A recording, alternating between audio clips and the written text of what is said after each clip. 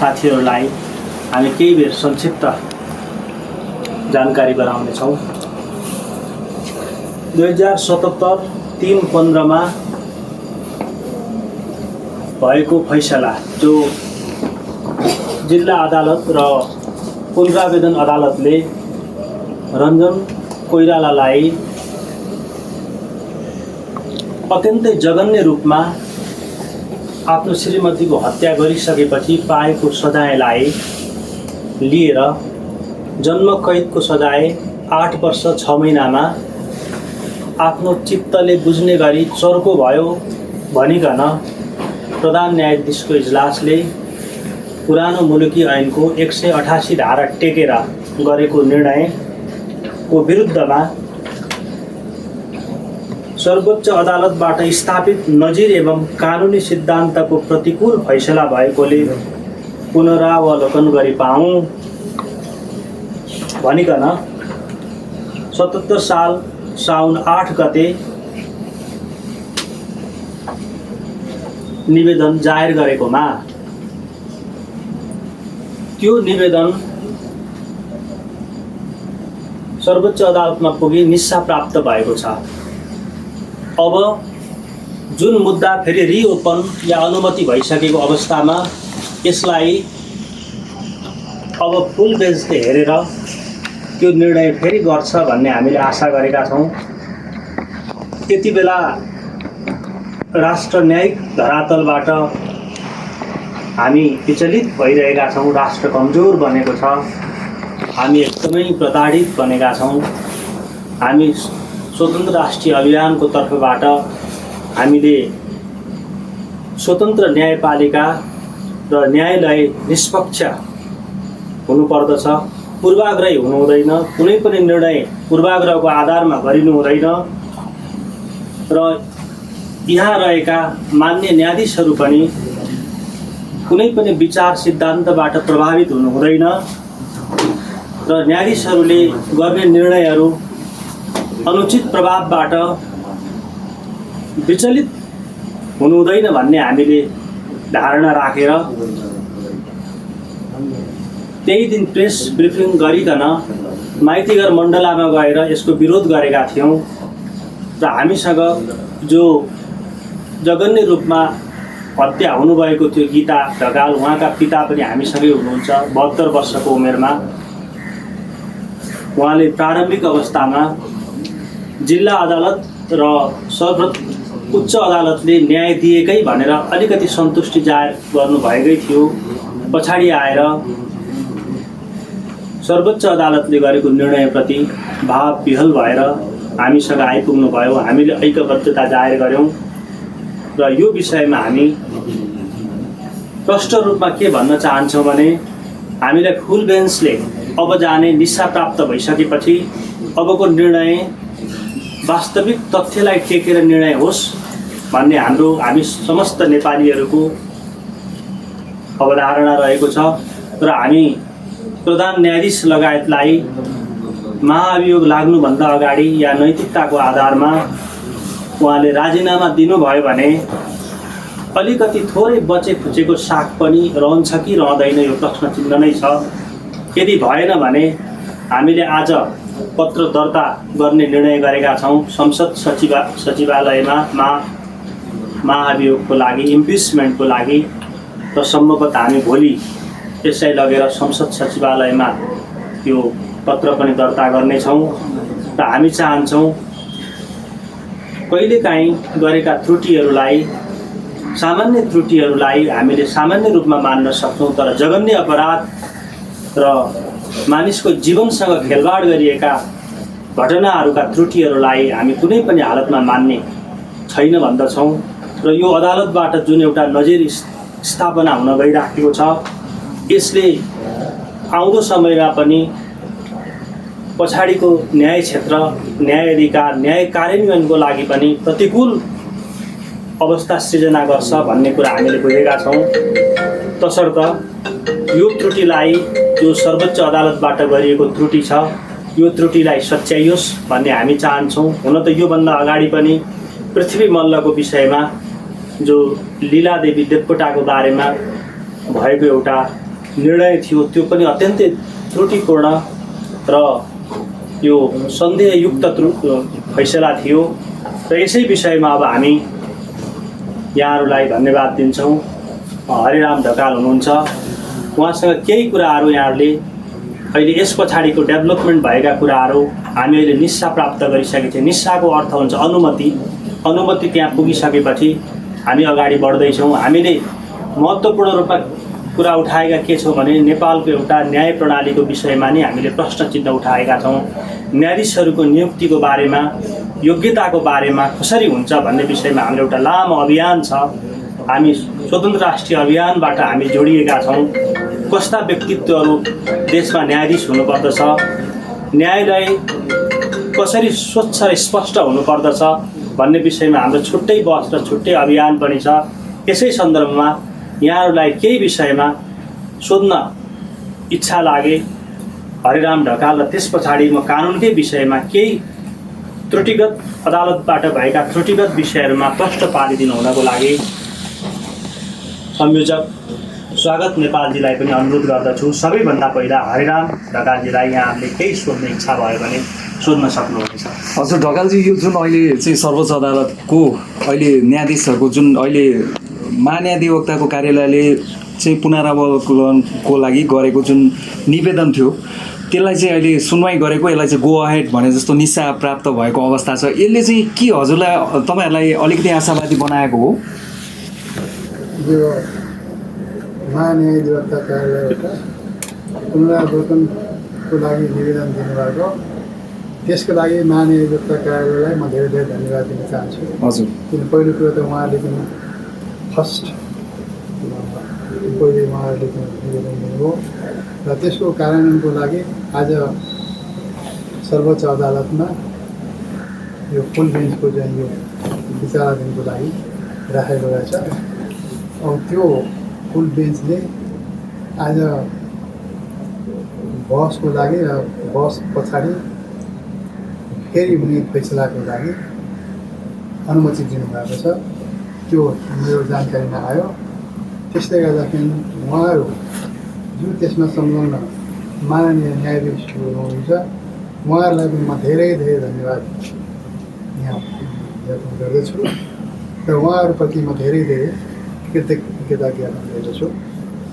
र मलाई जुन मेरो पीडा थपिएको थियो अहिले जुन असार 15 गते भएको फैसलाको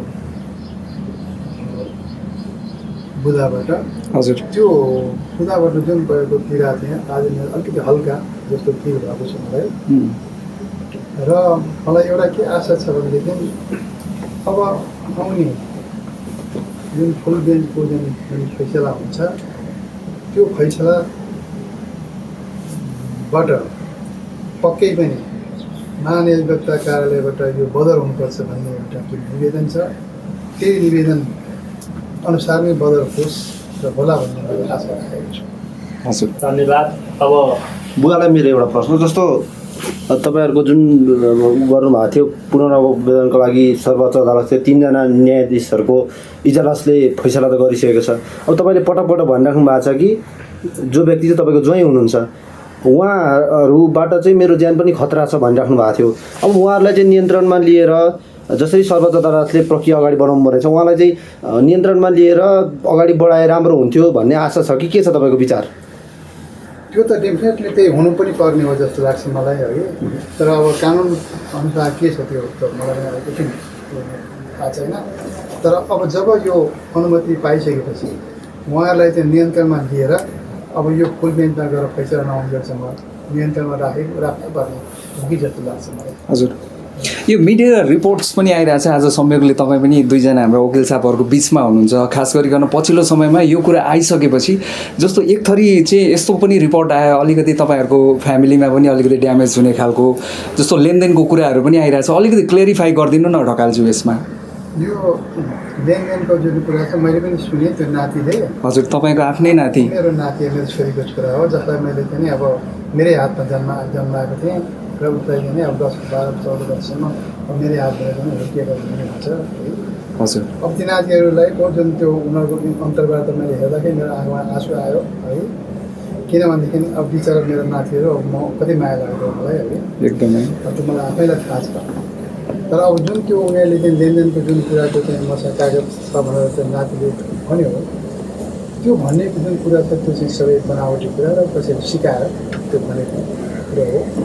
किनभने हामी अब पत्रकार साथीभाइहरू र अन्य हाम्रो उपस्थित साथीभाइहरूले पनि यो अनुमान गर्न सकिन्छ कि यदि त्यो कागज छाप्यो हो साँचो थियो भने जिल्ला अदालतमा पेस हुन्थ्यो, उच्च अदालतमा पेस हुन्थ्यो र सर्वोच्च अदालतमा पनि पेस हुन्थ्यो। तर त्यो कागज त कहीँ पेस भएको छैन। त्यस कारणले गर्दा त्यो चाहिँ एकदम फल्स झुट्टा कागज हो। छ भनेदेखि अब छैन भने त्यो पुरै सकियो त्यो कुरो हो। यसको विषयमा म अलिकति जोड्नु। जुन घटना घटिसकेपछि नातिहरूसँग हजुरले भेटघाट गर्न पाउनु भएको छैन होइन? घटना भएपछि केही 1-2 वर्ष मैले भेट उनीहरू आउँथेँ, भेटघाट गर्थेँ। तर अहिले 2-3 वर्ष भयो उनीहरू पनि सम्पर्कमा छैन। तर रञ्जन कोइरालाको छोराले भन्नुभएको छ मेरो बुवा चाहिँ निर्दोष हुनुहुन्छ, हामी चाहिँ पीडामा पर्यो भनेर भन्नुभएको छ नि। त्यो मैले यो उच्च अदालतमा जुन फैसलाको दिन थियो नि बसको दिन, त्यस दिन पनि त्यो बाबुलाई त्यो नातिलाई उहाँहरूले त्यो सिकाउनु भयो होला अब कसैले है। सिकाएर चाहिँ उहाँ श्रीमान समक्ष नै उसले गएर चाहिँ भन्यो, श्रीमान मेरो बुवाले मेरो बाबाले चाहिँ मेरो आमालाई मारेको होइन। हामी त्यस दिन सँगै थियौँ, बुवासँग मेरो भाइ र म सँगै थियौँ भनेर उनले भन्नुभएको छ। थियो भनेर उसले चाहिँ अब भन्यो। तर अब त्यसमा त केही तुक छैन सर, मिसिनले चाहिँ कुरा देखाइरहेको छ होइन। यसमा त फेरि प्रश्न त स्वाभाविक छ होइन। तर आज जे सन्दर्भमा छौँ र बुवाको जुन अवस्था छ, उहाँको जुन उमेर छ, हेर्दा ह्यान्डसम हुनुहुन्छ, स्मार्ट देखिनुहुन्छ होइन। यति उमेर पुगे जस्तो लाग्दैन। तर यहाँ दिन रोइरहनु भएको छ नि त होइन। उहाँको पिता र दाजुको आमाको चाहिँ रुँदा रुँदै आँखाको ज्योति गुम्बिसकेको छ। त्यो आँखामा होइन डिप्रेसन भएको छ। अब अहिले चाहिँ अरू मतलब ट्रायल, मिडिया ट्रायलको हिसाबले केसको चाहिँ मेरिट भन्छ भित्रका पक्षहरूमा चाहिँ नजाउँ होला मलाई जहाँसम्म लाग्छ। किनकि यहाँसम्म आइपुगेको छ। आजसम्म सर्वोच्च अदालतबाट केही भन्नुहुन्छ कि? ठिकै छ। अब त्यसपछि हामी चाहन्छौँ हाम्रो स्वतन्त्र राष्ट्रिय अभियानले इनिसिएसन गरेको छ। उहाँ एउटा प्रतिनिधि पात्र मात्रै हुनुभयो। देशभरिका हामीले मुद्दाहरूलाई न्यायको पक्षमा हामी अनवरत रूपमा हामी लडिरहनेछौँ कि हामीलाई अब यो 21औं शताब्दीमा आएर न्याय खोज्नको लागि न गोर्खा जानु परोस्, न दिल्लीको दरबारमा जानु परोस्, न हेगमा नेदरल्यान्डमा पुग्नु परोस्। यहीँबाट हाम्रै न्यायाधीशहरूले हाम्रै अदालतबाट हामीलाई स्वच्छ न्याय प्रदान गर्न सकुन् भन्ने हाम्रो जिज्ञासा त अवश्य पनि रहेकै छ। यसमा हामी लागिरहनेछौँ र स्वागतजीलाई म यो कानुनी पाटोको विषयमा यो अदालतबाट अहिले निस्सा प्राप्त गरिसकेपछि आउने दिनका कुराहरूमा अलिकति ब्रिफली यहाँहरूलाई सम्बोधन गरिदिनुहुनको लागि अनुरोध गर्दछु। धन्यवाद कृष्ण प्रसादज्यू। यो आज चाहिँ हामी सबै साथीहरूले यो केवल एकजनाको मात्रै विषय होइन, यो हरिराम ढकालज्यूको छोरीको मात्रै विषय होइन, यो सबै नेपाली छोरी चेलीबेटीहरूको विषय हो। सत्ता छ, शक्ति छ, हतियार छ, सम्पत्ति छ, बल छ, सङ्गठन छ राज्यकै, मसँग म त्यहाँ संलग्न छु भन्दैमा कसैको छोरी चेलीबेटी मारिन नपरोस्। मारिसकेपछि पनि उहाँहरूको पक्षमा बोलिदिने कोही नभएको स्थिति नहोस् र अझै पनि अदालतका यस्ता आदेश निर्देश फैसलाहरूले हत्या गर्ने आफ्ना छोरी चेलीबेटीहरूको जो मान्छेहरू छन् तिनीहरू अझै बलियो भएको देखि रोएर मात्रै बस्न नपरोस्। यो सबै नेपालीहरूको चासोको विषय भएको हुनाले नै हामीले यसलाई गम्भीरतापूर्वक लिएका छौँ र त्यसकारण आजसम्म सर्वोच्च अदालतले यस पूर्व नियोजित रूपमा अत्यन्त कानुनको मकसदका विपरीत संसदले बनाएको कानुनलाई पनि संशोधन गर्ने गरिकन जे खालको फैसला जे मन लाग्यो त्यही, मन लाग्दो शब्द यही हो, मनोमानी हिसाबले जे फैसला भएको थियो अब प्रधान न्यायाधीशज्यू समेतको इजलासबाट त्यो प्राइमा फेसी भन्छ इङ्ग्लिसमा, नेपालीमा प्रथम दृष्टिमै यो चाहिँ गलत छ है भनेर आज सम्मानित सर्वोच्च अदालतले हेर्न सक्ने गरिकनको एउटा बाटो खोलिदियो। यो अत्यन्त कानुनको भावनाको विपरीत थियो भन्ने कुरा पनि आज बोलेको छ सम्मानित सर्वोच्च अदालतले। म यसको सन्दर्भहरू प्रस्तुत गर्छु। यो जो यहाँले देखिरहनु भएको छ यो सर्वोच्च अदालतबाट आज भएको आदेशको प्रति हो। आज भएको यो आदेशको प्रति जो माननीय न्यायाधीश त्रयबाट भयो, यो आदेशमा जम्मा 3 अनुच्छेदमा केही कुराहरू बोलिएको छ। सायद मैले यो चाहिँ राखिदिएँ भने सजिलो पर्छ होला, राम्रो पर्छ होला। यो चाहिँ पूर्ण इजलासबाट जुन भएको छ, माथिको म अरू चाहिँ औपचारिक व्यवहारहरू पढ्दिनँ। यसमा के छ भने बिचमा चाहिँ प्रस्तुत विवादमा प्रतिवादी रञ्जन कोइरालाले मौकामा साबित भई अदालतमा बयान गर्दा आरोपित कसुरलाई इन्कार गरी आफ्नो बेहोरा लेखाएको पाइयो।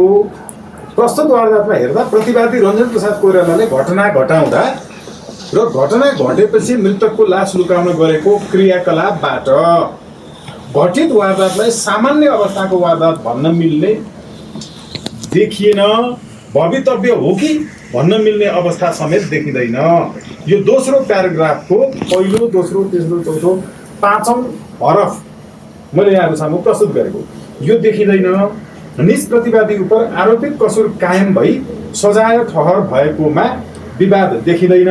भनेको के भने अपराध चाहिँ गरेकै हो है भन्ने कुरो चाहिँ माने भनेर भनेको यो लाइनले। आरोपित कसुर कायम भई सजाय समेत ठहर भएकोमा विवाद देखिएन।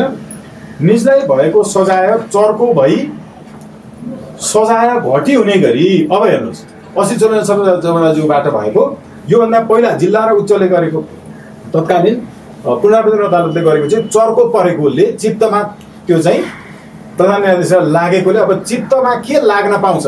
तपाईँ हाम्रो चित्तमा चाहिँ जेसुकै लाग्न पाउँछ, प्रधान न्यायाधीशको चित्तमा जेसुकै लाग्न पाउँदैन, उसको चित्तले जेसुकै देख्न पाउँदैन, तपाईँ हाम्रो चित्तले देख्न पाउँछ। हाम्रो चित्त नबुझ्न पाउँछ कुनै कारण बिना, तर प्रधान न्यायाधीशलाई जे मन लाग्यो त्यही चित्तमा लाग्न पाउँदैन। कानुन बमोजिम मात्रै चित्त लाग्नुपर्छ, कानुन बमोजिमको मात्रै चित्त हुन्छ प्रधान न्यायाधीशको भन्ने कुरो चाहिँ अब यहाँ भन्छ। यसपछि के भन्यो भने चर्को भई सजाय घटी हुने गरी साबिक मुलुकी ऐन अदालती बन्दोबस्तको 188 नम्बर बमोजिम लगाएको राय सम्बन्धमा यस अघि, अब योभन्दा अगाडि शान्ति विक विरुद्ध नेपाल सरकार नेकपा 2061 अङ्क 6 निर्णय नम्बर 7399 नेपाल सरकार विरुद्ध जुगत सदा समेत यो चाहिँ नेपाल कानुन पत्रिका 2063 को अङ्क 3, यो पछाडि तपाईँले यहाँ देख्नुहुन्छ हाम्रो यो माथिको यो सबै यसमा चाहिँ यहाँ भएको। अहिले म तपाईँलाई अलिकति प्रस्तुत गर्छु। यो अङ्क 3 को अर्को निर्णय नम्बर 9136 केदार माझी विरुद्ध नेपाल सरकार भएको कर्तव्यजान मुद्दामा प्रतिपादित सिद्धान्त प्रतिकूल पाइँदा ती सिद्धान्त साबिक मुलुकी ऐन अदालती बन्दोबस्तको 118 नम्बर बमोजिमको व्यवस्था समेतलाई मध्यनजर गर्दै अदालतको मिति यतिको फैसला पुनरावलोकन गरी हेर्न अनुमति प्रदान गरिएको छ। अब यो भनेको के हो? यो अघि जो भनिएको थियो नि, यो भनिएकोमा पहिला त्यो शान्ति विक विरुद्ध नेपाल सरकारले भएको मुद्दामा के भएको थियो भने पहिला हत्या गरिसकेको थियो, त्यसमा शान्ति विकको मुद्दामा यस्तै मुद्दामा त्यति बेला सजाय घटाएको थियो। सजाय घटाउँदाखेरि अदालतले के भन्यो भने यसरी सजाय घटाउने चाहिँ मनोमानी हो रे, न्यायाधीशको चित्तमा जे लाग्यो केही देख्न पाइँदैन नि भनेको। यो हेर्नु त्यो मुद्दामा के भएको थियो भने सजाय निर्धारण गर्दा त्यहाँनिर पहिला मारिसक्यो आवेशमा आएर, यहाँ पनि तपाईँको आवेशमा आएर मारेको भनेको छ नि भवितव्य जस्तो भनेर, त्यही भनेर अस्ति चाहिँ तपाईँको प्रधान न्यायाधीश चोलेन्द्र शमशेर जबराज्यूले चाहिँ छोडेको हो, सजाय घटाएको हो। यो मुद्दामा त्यस्तै के भएको थियो भने पहिला मरिसक्छ, मरिसकेपछि पनि त्यो लासलाई उसले चाहिँ अन्त्य गर्न जलाउन फेरि मरिसकेको ठाउँमा पनि छुरा हानेको छ, यहाँ पनि मरिसकेको लासलाई पनि जलाएको छ। हो यस्तो भयो भने के हुन्छ भन्छ भने वस्तुतः सजाय निर्धारण दण्डको सिद्धान्तमा आधारित प्रक्रिया र विधि हो। गम्भीर प्रकृतिका अपराध गरे बापत सर्वस्वसहित जन्मकैद वा जन्मकैद हुने मुद्दामा कानुनले तोकेको सजाय तोक्दा कसुरदारलाई चर्को पर्ने अवस्था भएमा यस्तो अधिकारको प्रयोग गर्न सकिने भए कैद सजाय निर्धारणको विधि न्यायोचित हुन्छ। अब तजबिजी अधिकारको प्रयोग गर्दा दण्ड सम्बन्धी आधारभूत सिद्धान्तलाई अत्यन्त हलुको ढङ्गले लिन नमिल्ने हो। यो सबै कुराहरू योभन्दा अगाडि चाहिँ भनेको छ। यो मुद्दामा यो भन्दा भन्दै सर्वोच्च अदालतको प्रधान न्यायाधीशज्यूले किन सजाय घटाएको भनेको हो। यो अब यसमा कसुरकर्ताको परिस्थितिको मात्र आधारमा कसुरलाई क्षम्य र कम गम्भीर बनाउने कोसिस गर्ने हो भने आपराधिकताले बढुवा पाउने वा अपराध समेत बोध नहुने तथा सजायको प्रभाव नपर्ने भई कसुरको पुनरावृत्तिको पनि सम्भावना हुन्छ भनेको फेरि उहाँहरूको ज्यानमाथि खतरा हुन सक्छ, फेरि मार्न सक्ने सम्भावना हुन्छ। त्यसो भएकोले भनेर यो अघि जो यहाँ भनियो शान्ति विरुद्धको भनेर देखाइयो नि, यो यही भनेको। यहाँ जो छोटकरीमा लेखा हुन्छ जनताले पनि बुझुन्, यहाँहरूलाई पनि क्लियर होस् भनेर भनेको। फेरि पनि यस्तै अपराध गर्न सक्ने सम्भावना भएकोले उहाँलाई अलिक बुढो हुन्जेलसम्म जेलभित्र राख्नुपर्छ भनेर यसले भन्यो कि जति बेला चाहिँ महसुस पनि होस्, बाहिर आएर यसो गर्दै होइन राजनीतिक बन्दी जस्तो चाहिँ अझ तपाईँको सगौरव निस्किने पात्रबाट नहोस् भनेको। यो अब कसुरको मात्रा र कसुरदार उप तोकिएको सजायको असरको वाञ्छनीयता बिचको सामञ्जस्यतालाई विवेकसङ्गत रूपमा विचार गरेर मात्रै 188 नम्बरको चाहिँ प्रयोग गर्नुपर्ने। अब यो चाहिँ यस्तो भयो भने के हुन्छ भन्दा यो व्यवस्थाको अति वा विकृत उपयोग भएमा, अहिले चाहिँ विकृत र अति उपयोग भयो है प्रधान न्यायाधीशबाट भनेको, विकृत उपयोग भएमा कानुनले निर्धारित सजायको प्रयोजन नै निरर्थक हुन सक्ने हुनाले, कानुनले गरेको सजायको व्यवस्था नै निरर्थक हुन सक्ने भएकोले सजाय तोक्ने हिसाबले हेर्न जरुरी छ। जुन हदसम्म सजाय तोक्न पर्ने हुन्छ त्यो नै पर्याप्त हो र जुन जति मात्रामा सजाय गरे पनि सजायको उद्देश्य हासिल हुने हो त्यो सजायको उद्देश्य हासिल हुने गरिकन गर्नुपर्छ भनेर यो भनियो। अब आजको चाहिँ जो सम्मानित सर्वोच्च अदालतबाट भएको आदेश छ, यो आदेशप्रति चाहिँ हामी सबैले सम्मान गरौँ। हामी फेरि पनि एउटा ढोका खुलेको छ, फैसला मात्रै भएको थियो योभन्दा अगाडि। हामीले सबै सामाजिक सञ्जालहरूदेखि र समाचारहरूमा हेर्नुभयो फैसला होइन न्याय चाहियो, फैसला मात्रै भएको थियो योभन्दा अगाडि। अब न्यायको बाटो खुलेको छ, न्यायको बाटोबाट चाहिँ पक्कै पनि युता ढकालज्यूको आत्माले पनि शान्ति प्राप्त गर्नेछ र न्याय पनि प्राप्त हुनेछ सम्मानित सर्वोच्च अदालतबाट हामी यो आशा गरौँ। अब साथीहरूको केही छ भने स्वागत छ। जस्तो अब सर्वोच्च अदालतले त ढोका खुलाइदिइसकेको छ कि उहाँलाई पूर्ण रूपमा फेरि एउटा चाहिँ जेल भुक्तानी गराउने बाटो। अब उहाँ अघि बुवालाई सोधिहाले, उहाँलाई चाहिँ अब फेरि थुन्नुपर्छ पर्दैन, थुनेर केही प्रक्रियाहरू अगाडि बढाउनुपर्छ पर्दैन, त्यसको कानुनी रूपमा के छ र यो बहस चाहिँ कहिलेसम्म हुनुपर्छ, यसको सर्टेन लिमिट छ कि छैन कि यसको अनलिमिटेड छ? एकदमै आइहाल्छु त्यसमा। धन्यवाद चक्रजी। यो अघिको एउटा चाहिँ केदार माझी विरुद्धको पनि यसमा भनिएको छ कि केदार माझी विरुद्धको घटना जस्तै यो पनि देखियो, त्यस कारण हो त्यसको विरुद्ध चाहिँ अहिले भएको हुनाले भनेर यहाँ चाहिँ अघि मैले पढेर जुन सुनाएँ नि त्यो चाहिँ तपाईँको निकापा 2074 को अङ्क 7 भन्ने यसमा के भएको छ भने यो चाहिँ लासलाई लुकाउनलाई दबाउनलाई प्रयत्न गरेको छ कि त्यसमा पनि अरू सबै कुरा रिसको आवेशमा आएर गरेको भएको हुनाले अहिले हामीले चाहिँ यसलाई चाहिँ सजाय घटायौँ भनेर भनेको कुरा मैले त्यो जोड्न मात्रै खोजेको। अघि भन्नुभएको विषय चाहिँ के छ भने स्वतन्त्र राष्ट्रिय अभियानले प्रधान न्यायाधीशज्यूको यहाँ एकदमै गलत नियतका साथ अपराधीलाई संरक्षण गर्ने गरिकन फैसलामा नचाहिँदा कुराहरू तजबिजी अधिकार छ भन्दैमा मनोमानी हिसाबले गरेको हुनाले अब त्यहाँका अरू निर्णय प्रक्रियाहरू आदेश निर्देशहरूमा पनि प्रधान न्यायाधीशज्यूको संलग्नता र प्रभाव रहने भएको हुनाले यो मुद्दाको अन्तिम किनारा नलागुन्जेलसम्म प्रधान न्यायाधीशज्यूले मुद्दा हेर्ने, पेशी तोक्ने, सर्वोच्च अदालतमा उपस्थित हुने कामलाई अन्त्य गर्नुपर्छ। अब यति भनिसकेपछि यो मुद्दा तपाईँको सर्वोच्चसहित जन्मकैदसम्मको भइसकेकोमा यति गलत ढङ्गले दिएको चाहिँ तपाईँको फैसलाका कारण अहिले उहाँहरूको ज्यानमाथि खतरा हुने गरिकन जो चाहिँ अपराधी भनेर कानुनले भनिसकेको व्यक्ति बाहिर भएको अवस्था छ, उहाँहरूको ज्यानमा खतरा हुने भएको हुनाले उहाँलाई तत्काल पक्राउ गरेर अबको प्रक्रिया चाहिँ अगाडि बढाउनुपर्छ।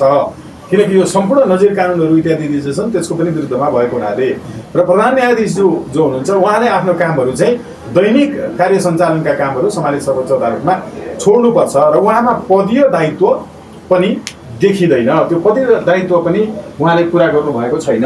हामीसँग चाहिँ मुलुकी ऐनको जुन 188 नम्बर छ त्यो मुलुकी ऐनको 188 नम्बर भनेको आवेशमा आएर हत्या गरेको भनेर भनेको छ। अहिले मुलुकी ऐनको 188 नम्बरमा आवेश प्रेरित हत्याको रूपमा चाहिँ यो 188 नम्बर प्रयोग गर्न सक्ने कहाँ लेखेको छ? प्रधान न्यायाधीशज्यूले एकचोटि हामीले पढेर देखाइदिनु पर्यो। त्यहाँ के भनेको छ भने त्यो चाहिँ कहिल्यै पनि 188 भनेको अहिले जस्तो आवेश प्रेरित रूपमा चाहिँ जसरी प्रयोग गरिएको छ यसरी प्रयोग हुने होइन। यसो भएको हुनाले उहाँमा कार्यदक्षता पनि छैन। यो नभएको हुनाले उहाँमाथि महाभियोग लाग्नुपर्छ। अघि नै कृष्णजीले बताइसक्नु भएको छ। यो भएको हुनाले त पक्राउ पनि गर्नुपर्छ। उहाँले प्रधान न्यायाधीशले कार्य सञ्चालन दैनिक छोड्नुपर्छ। यो मुद्दाको अन्तिम कुनाएर पनि नलागुन्जेलसम्म। यो भएको हुनाले हामी त यसमा प्रष्टै छ। अब त्यो जस्तो यो बहस र फैसला चाहिँ फुल डेस्कले गर्नुपर्ने रहेछ, उहाँले गर्न पाउनुहुन्न। अब यसको मिति चाहिँ के छ? कतिसम्म गरिसक्नुपर्छ? यसको लिमिट छ कि अनलिमिटेड छ, जहिले पनि हुनसक्छ भन्ने? यो पुनरावलोकनको मुद्दालाई चाहिँ सबैभन्दा चाहिँ तपाईँको बन्दी प्रत्यक्षीकरण पश्चात चाहिँ प्रायोरिटीमा प्राथमिकीकरण गर्नुपर्ने मुद्दा हो होइन। त्यो भएको हुनाले निवेदन त अझ चाँडै, यो त निवेदन मार्फत आएको हो नि त अहिले पछिल्लो जुन छ पुनरावलोकनको निवेदन हो। निवेदनलाई अरू मुद्दा जस्तो तपाईँको लामो चाहिँ पेशी सूचीमा हरेक महिना राखिरहने होइन। यो चाहिँ अब तुरुन्तै यही हप्ता नै यसको चाहिँ अर्को पेशी राखेर अगाडि बढ्नुपर्छ। यद्यपि पेशीका सवालमा साप्ताहिक पेशी आउँछ, त्यही दिन पनि बिहान जाँदाखेरि पेशी तपाईँको स्थगित भएको हुन्छ। स्थगितको कारण के हो भनेर कहिले पनि सोध्न पाउने कुनै कानुन छैन होइन। त्यो भएको हुनाले त्यस्तो यसमा हुँदैन भन्ने लाग्छ। चाँडै नै यो अगाडि जानुपर्छ। एउटा दुराशयपूर्ण भएको स्वागत सरले प्रश्न गरिसक्नु भयो नि। दुराशयपूर्ण अयोग्य श्रीमानबाट भयो भन्ने कुराले कसरी जस्टिफिकेसन हुन्छ भने 2077 साल 3 महिना 15 गते फैसला भनेको छ। वैशाख असारमा हामी हिँड्न पाउँछौँ त? साप्ताहिक पेशीमा चढाएर मुद्दामा बहस गर्नुपर्छ। दैनिक पेशीमा चढाएर मुद्दा लकडाउनमा फैसला गरिएको छ। सुनवाईको अधिकार पनि यहाँ त वञ्चित गरेको हुँदाखेरि यो सामान्य रूपमा हेर्दाखेरि पनि मान्ने छैन। एकदमै लेम्यानले सामान्य दृष्टिकोणमा हेर्दा पनि यदि अहिलेको फौजदारी अपराध संहिता ऐन अन्तर्गत यो अपराध गरेको भए कसैले यस्तो प्रकारको अपराध गरे 41 नम्बर दफा अनुसार यो व्यक्तिको जन्म सर्वस्व सहित जन्म कैद मात्रै न, त्यही लासै भित्रै जीवन भइन्जेलसम्म भित्र बस्नुपर्छ। अपहरण गरेर हत्या गरेको, बलात्कार गरेर रेप गरेर मारेको, वायुयान आदि इत्यादिमा चढेर विस्फोटक पदार्थ पड्काएर मारेको, जाति हत्या गरेको र यसरी कर्तव्य गरी पटक पटक यसरी मारेको, यो त गम्भीर अपराध हो। त्यस कारणले गर्दाखेरि हाम्रो एउटा सर्वमान्य सिद्धान्त अनुसार कानुनी राज्यको न्यायिक प्रक्रियामा अगाडि बढ्नुपर्छ भन्ने हाम्रो अवधारणा हो। स्वागत सरले प्रश्न पारिसक्नुभयो, बुवाले प्रश्न पारिसक्नुभयो, अरू केही कुराहरू छ? अन्तिम प्रश्न स्वागत सर, अब उहाँ चाहिँ फेरि पुनः जेल भुक्तानी गर्नुपर्ने कति प्रतिशत चान्स छ, कति प्रतिशत चान्स छैन? कति 100 भन्दा बढी प्रतिशत त जम्मा बढी पनि हुन्छ होइन। तर स्वागत सर, रञ्जन कोइराला जसरी बाहिर आउनु भएको छ, पछि अदालतले उहाँलाई जेलमा फेरि पठाउने भनेर निर्णय गर्ला, त्यति बेलासम्म उहाँ भागिसक्नु भयो अथवा कतै लुकिसक्नु भयो भने चाहिँ के हुन्छ त? यसमा अन्तर्कालीन आदेश जारी गर्न सक्छ अदालतले।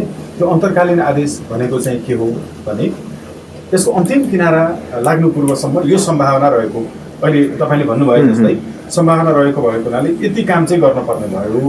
त्यसैले उहाँलाई चाहिँ तत्काल एयरपोर्टमा सूचना गर्दै अरू लगायतमा होइन र पक्राउ गरेर चाहिँ यसको अन्तिम किनारा नलागुन्जेलसम्म योभन्दा पहिलाको फैसला तपाईँको चाहिँ पूर्ण रूपेण मनमौजी रहेछ भनेर थाहा भइसक्यो नि।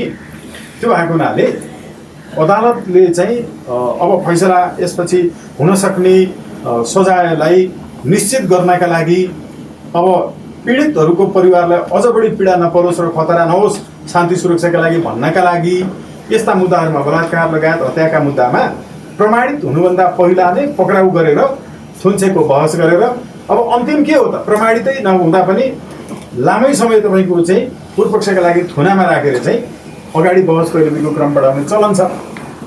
यसमा पनि त्यही हो, यसमा पनि आकृष्ट हुने त्यो नै हो, त्यो नै हुनुपर्छ, अन्तर्कालीन आदेशबाट चाहिँ जानुपर्छ भन्ने चाहिँ कानुनी दृष्टि हो। धन्यवाद।